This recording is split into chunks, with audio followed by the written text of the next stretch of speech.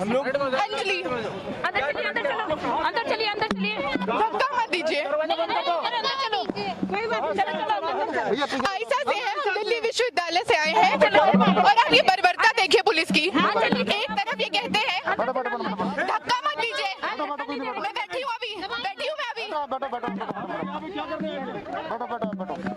हम ये कहने आए हैं, ये प्रोटेस्ट करने आए हैं कि एक तरफ आप बात करते हैं कि बेटी बचाओ बेटी पढ़ाओ, दूसरी तरफ आप महिला की ऑटोनॉमी पे हमला करते हैं। धक्का मत दो।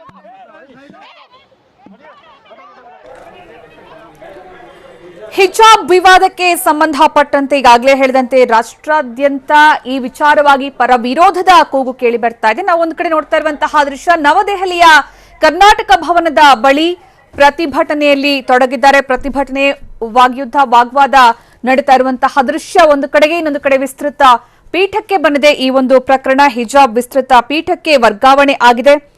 ಹೈಕೋರ್ಟ್ ಏಕಸದಸ್ಯ ಪೀಠದ ಶಿಫಾರಸು ಬೆನ್ನಲ್ಲೇ ತ್ರಿಸದಸ್ಯ ಪೀಠ ರಚನೆಯಾಗಿ ಇವತ್ತು ಈ ಬಗ್ಗೆ ವಿಚಾರಣೆ ಮುಂದುವರಿತಾ ಇದೆ.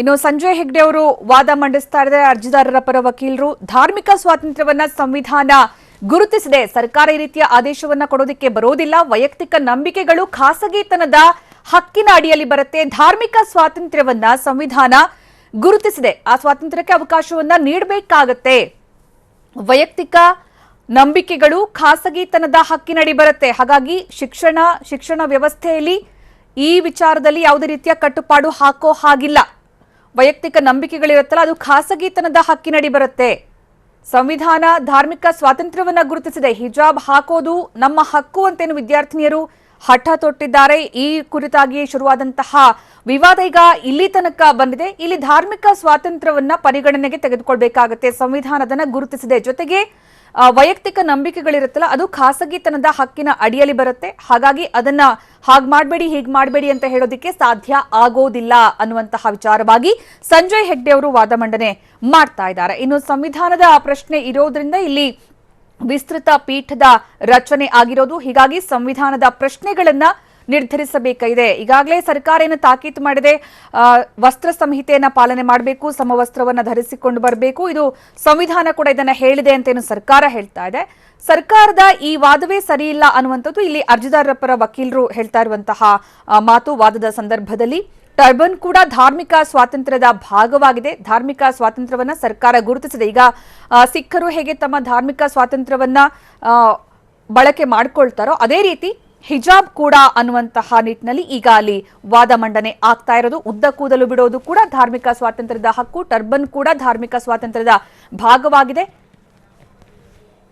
ಅದೇ ರೀತಿ ಹಿಜಾಬ್ ಕೂಡ ಅಂತ. ಇನ್ನೊಂದು ಕಡೆ ನಾವು ನೋಡ್ತಾ ಇರುವಂತಹ ದೃಶ್ಯ, ನವದೆಹಲಿಯಲ್ಲಿ ಈ ಹಿಜಾಬ್ ಕುರಿತಾಗಿ ಪ್ರತಿಭಟನೆಗೆ ಕೆಲವರು ಮುಂದಾಗಿದ್ದಾರೆ ಅನ್ನುವಂತಹ ಮಾಹಿತಿ. ಈ ಸಂದರ್ಭದಲ್ಲಿ ಮಾತಿನ ಚಕಮಕಿ ಕೂಡ ಆಗಿದೆ. ಪರಿಸ್ಥಿತಿ ನಾವೀಗ ಅಲ್ಲಿ ದೃಶ್ಯದಲ್ಲೂ ಕೂಡ ನೋಡಬಹುದು. ಈಗಾಗಲೇ ಹಿಜಾಬ್ ಪರ ವಿರೋಧ ಸಾಕಷ್ಟು ರಾಜಕೀಯ ನಾಯಕರಿಂದ ಹಿಡಿದು ಜನಸಾಮಾನ್ಯರ ತನಕವೂ ಕೂಡ ಪ್ರತಿಯೊಬ್ಬರು ಕೂಡ ಪರ ವಿರೋಧದ ಮಾತುಗಳನ್ನ ಹೇಳಿಕೆಗಳನ್ನ ಕೊಡ್ತಾ ಇದ್ದಾರೆ. ಇದು ಈಗ ಇನ್ನೊಂದು ಹಂತಕ್ಕೆ ಹೋಗಿದೆ. ಇಷ್ಟು ದಿವಸ ಕರ್ನಾಟಕದ ಒಳಗಡೆ ಆಗ್ತಾ ಇದ್ದಂತಹ ಪ್ರತಿಭಟನೆ ಈಗ ಬೇರೆ ಬೇರೆ ರಾಜ್ಯಗಳಲ್ಲಿ, ನವದೆಹಲಿಯಲ್ಲಿ ನಾವೀಗ ನೋಡ್ತಾ ಇರುವಂತಹ ದೃಶ್ಯ, ನವದೆಹಲಿಯಲ್ಲಿ ಕರ್ನಾಟಕ ಭವನದ ಎದುರುಗಡೆ ನಡೀತಾ ಇರುವಂತಹ ಪ್ರತಿಭಟನೆಯ ಸಂದರ್ಭದಲ್ಲಿ ಇಲ್ಲಿ ಪ್ರತಿಭಟನಾಕಾರರು ಮತ್ತೆ ಪೊಲೀಸರ ನಡುವೆ ಮಾತಿನ ಚಕಮಕಿ ನಡೆದಿದೆ ಅನ್ನುವಂತಹ ಮಾಹಿತಿ ಸಿಗ್ತಾ ಇದೆ. ಈ ಬಗ್ಗಿನ ದೃಶ್ಯವನ್ನು ನಾವು ನೋಡ್ತಾ ಇದ್ದೀವಿ. ಒಂದು ಕಡೆಯಲ್ಲಿ ವಿಸ್ತೃತ ಪೀಠದ ಅಡಿಯಲ್ಲಿ ವಾದ ನಡೀತಾ ಇದೆ, ವಿಸ್ತೃತ ಪೀಠಕ್ಕೆ ವರ್ಗಾವಣೆ ಆಗಿದೆ. ಈ ನಿಟ್ಟಿನಲ್ಲಿ ಈಗ ಅರ್ಜಿಯ ವಿಚಾರಣೆಯ ಮುಂದುವರಿದ ಭಾಗವಾಗಿ ವಾದ ಮಂಡನೆ ಆಗ್ತಾ ಇದೆ ಅರ್ಜಿದಾರರ ಪರ ವಕೀಲರಿಂದ.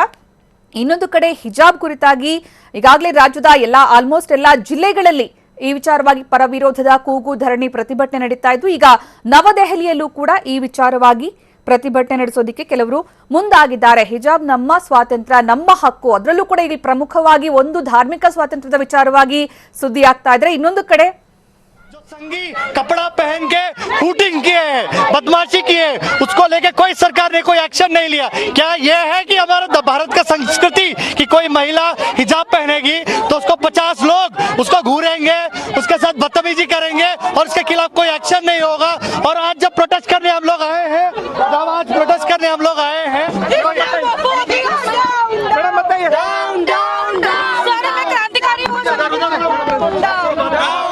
इनको शर्म आनी चाहिए। यहाँ पे जब हम लोग महिलाओं के अधिकार की बात कर रहे हैं, महिलाओं की शिक्षा के अधिकार की बात कर रहे हैं, तो इतनी ब्रूटली ये लोग फीमेल प्रोटेस्टर्स को डिटेन कर रहे हैं। इनका ये सवाल है ही नहीं कि हिजाब ड्रेस कोड को वायलेट करता है। जिस तरीके से कर्नाटक में एक शिक्षण संस्थान में कहा जा रहा है कि आप इस तरीके के वेशभूषा में नहीं आ सकते, आप किसी एक कम्युनल एजेंडे, किसी एक कम्युनिटी पे आप अटैक कर रहे हैं। एजुकेशन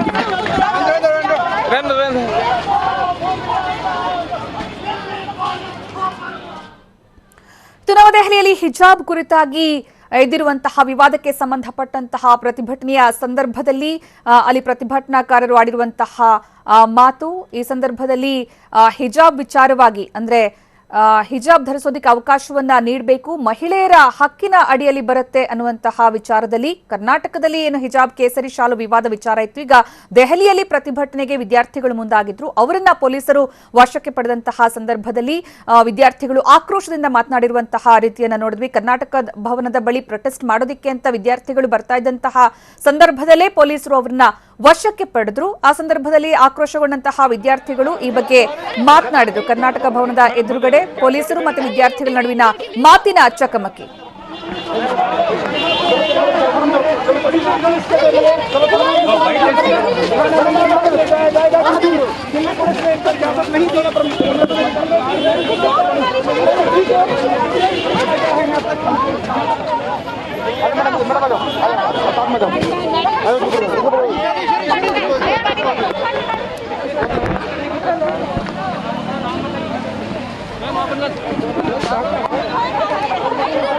नाम बताइए, इसका मकसद क्या है ये बताइए। इस एहतजाज का मकसद क्या है, आप लोग एहतजाज कर रहे हैं? भारी तादाद में प्रदर्शनकारी यहाँ पर मौजूद है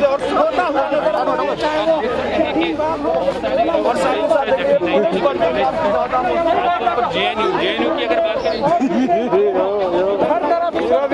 प्रदर्शन एसोसिएशन की तरफ से ऑर्गेनाइज किया गया था और बहुत सारे स्टूडेंट्स हैं। ಇಲ್ಲಿ ಒಂದು ಕಡೆ ಧಾರ್ಮಿಕ ಸ್ವಾತಂತ್ರ್ಯದ ಪ್ರಶ್ನೆ ಬಂದ್ರೆ, ಇನ್ನೊಂದು ಕಡೆ ಮಹಿಳೆಯರ ಶಿಕ್ಷಣದ ಹಕ್ಕು, ಸ್ತ್ರೀಯರ ಶಿಕ್ಷಣದ ಹಕ್ಕನ್ನ ವಂಚನೆ ಮಾಡುವಂತಹ ಕೆಲಸ, ಶಿಕ್ಷಣದಿಂದ ವಂಚಿತರನ್ನಾಗಿ ಮಾಡುವಂತಹ ಕೆಲಸ ಆಗ್ತಾ ಇದೆ, ಅವರನ್ನ ಪ್ರತ್ಯೇಕವಾಗಿ ಕೂರಿಸಿ ಅನ್ನುವಂತಹ ವಿಚಾರವಾಗಿ ಇಲ್ಲಿ ವಿದ್ಯಾರ್ಥಿಗಳು ದೆಹಲಿಯಲ್ಲಿ ಕರ್ನಾಟಕ ಭವನದ ಎದುರುಗಡೆ ಪ್ರತಿಭಟನೆಗೆ ಮುಂದಾಗಿರೋದು. ಇಲ್ಲಿ ಹಿಜಾಬ್ ಧರಿಸೋದಕ್ಕೆ ಅವಕಾಶ ಕೊಟ್ಟು ಶಿಕ್ಷಣಕ್ಕೆ ಅವಕಾಶವನ್ನ ನೀಡಬೇಕು ಅನ್ನುವಂತಹ ನಿಟ್ಟಿನಲ್ಲಿ ಏನು ಉಡುಪಿಯಿಂದ ಆರಂಭವಾದಂತಹ ಈ ಒಂದು ಆಕ್ರೋಶ ಅಥವಾ ಈ ಒಂದು ಕೂಗಿನ ಕೆಚ್ಚಿದಿಲ್ಲ, ಅದೀಗ ನವದೆಹಲಿಯಲ್ಲಿ ಪ್ರತಿಧ್ವನಿಸ್ತಾ ಇದೆ. ನವದೆಹಲಿಯಲ್ಲಿ ಕರ್ನಾಟಕ ಭವನದ ಬಳಿ ವಿದ್ಯಾರ್ಥಿಗಳು ಪ್ರತಿಭಟನೆಗೆ ಅಂತ ಆಗಮಿಸಿದ್ರು. ಈ ಸಂದರ್ಭದಲ್ಲಿ ವಿದ್ಯಾರ್ಥಿಗಳು ಬರ್ತಾ ಇದ್ದಂತೆಯೇ, ಪ್ರತಿಭಟನೆ ಮಾಡೋದಕ್ಕೆ ಮುಂದಾಗ್ತಾ ಇದ್ದಂತೆಯೇ ಪೊಲೀಸರು ಅವ್ರನ್ನ ವಶಕ್ಕೆ ಪಡ್ಕೊಂಡಂತಹ ಘಟನೆ ಕೂಡ ನಡೆಯಿತು. ನಾವೀಗ ನೋಡ್ತಾ ಇರುವಂತಹ ದೃಶ್ಯದಲ್ಲಿ ಪೊಲೀಸರು ಮತ್ತೆ ಪ್ರತಿಭಟನಾಕಾರರ ನಡುವೆ ಮಾತಿನ ಚಕಮಕಿ ನಡೆಯಿತು. ಧರಣಿ ನಡೆಸೋದಕ್ಕೆ ಅಂತ ಬಂದಂತಹ ವಿದ್ಯಾರ್ಥಿಗಳನ್ನ ಪೊಲೀಸರು ವಶಕ್ಕೆ ಪಡೆಯುವಂತಹ ಕೆಲಸ ಮಾಡಿದ್ರು. ಕರ್ನಾಟಕ ಭವನದ ಬಳಿ ಬಂದು ಪ್ರತಿಭಟನೆ ಮಾಡೋದಕ್ಕೆ ವಿದ್ಯಾರ್ಥಿಗಳು ಪ್ಲಾನ್ ಮಾಡ್ಕೊಂಡಿದ್ರು ಈ ವಿಚಾರವಾಗಿ. ಅದಾಗ್ಲೇ ಮಾಹಿತಿ ಪಡ್ಕೊಂಡಂತಹ ಪೊಲೀಸರು ಅವರು ಪ್ರತಿಭಟನೆ ಮಾಡೋದಕ್ಕೆ ಆಗಮಿಸ್ತಾ ಇದ್ದಂತೆ ವಿದ್ಯಾರ್ಥಿಗಳನ್ನ ವಶಕ್ಕೆ ಪಡೆದ್ರು. ಇಲ್ಲಿ ಕೆಲವು ವಿದ್ಯಾರ್ಥಿಗಳು ಆಕ್ರೋಶಭರಿತರಾಗಿ ಮಾತನಾಡಿದ್ರು. ಸ್ತ್ರೀಯರ ಶಿಕ್ಷಣಕ್ಕೆ ಸಂಬಂಧಪಟ್ಟಂತೆ ಯಾರು ಈ ರೀತಿಯ ಒಂದು ಹಕ್ಕನ್ನು ಕಸಿದುಕೊಳ್ಳೋದಕ್ಕೆ ಸಾಧ್ಯ ಅನ್ನುವಂತಹ ನಿಟ್ಟಿನಲ್ಲಿ, ಮತ್ತೆ ಈಗಾಗಲೇ ಹಿಜಾಬ್ ಪರವಾಗಿ ಹಿಜಾಬ್ ಬೇಕು ಅನ್ನುವಂತಹ ಕೂಗು ಎಷ್ಟು ದೊಡ್ಡದಾಗಿದೆಯೋ, ಹಿಜಾಬ್ ಯಾಕೆ ಬೇಕು ಅನ್ನುವಂತಹ ವಿಚಾರವಾಗಿ ಪ್ರಶ್ನೆ ಕೂಡ ಅಷ್ಟೇ ದೊಡ್ಡದಾಗಿದೆ. ಇಲ್ಲಿ ಒಂದು ಕಡೆ ಕೋರ್ಟ್ ಅಂಗಳದಲ್ಲಿದೆ, ಕೋರ್ಟ್ನಲ್ಲಿ ವಿಸ್ತೃತ ಪೀಠದ ಎದುರುಗಡೆ ವಿಚಾರಣೆ ಆಗ್ತಾ ಇದೆ. ಇನ್ನೊಂದು ಕಡೆ ಇಲ್ಲಿ ವಿದ್ಯಾರ್ಥಿಗಳು ಸೇರಿದಂತೆ ಕೆಲ ಸಂಘಟನೆಗಳು ಸಾಥ್ ಕೊಡ್ತಾ ಇವೆ, ಪೋಷಕರು ಕೂಡ ಪ್ರತಿಭಟನೆ ಕೆಲವು ಕಡೆ ಧುಮುಕ್ತಾ ಇದ್ದಾರೆ.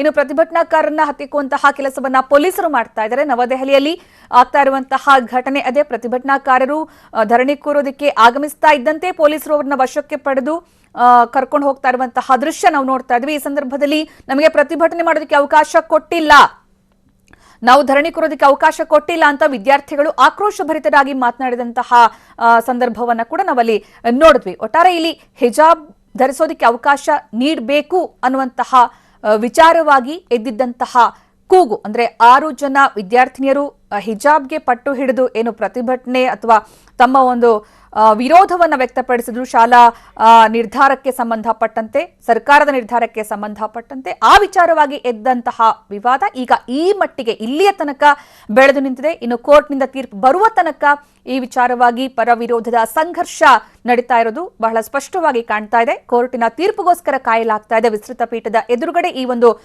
ಅರ್ಜಿಯ ವಿಚಾರಣೆ ಬಂದಿದೆ. ಈಗ ವಿಸ್ತೃತ ಪೀಠ ಏನು ಅಭಿಪ್ರಾಯ ಪಡುತ್ತೆ ಈ ಪ್ರಕರಣಕ್ಕೆ ಸಂಬಂಧಪಟ್ಟಂತೆ ಕಾದು ನೋಡಬೇಕಾಗಿದೆ. ಈಗ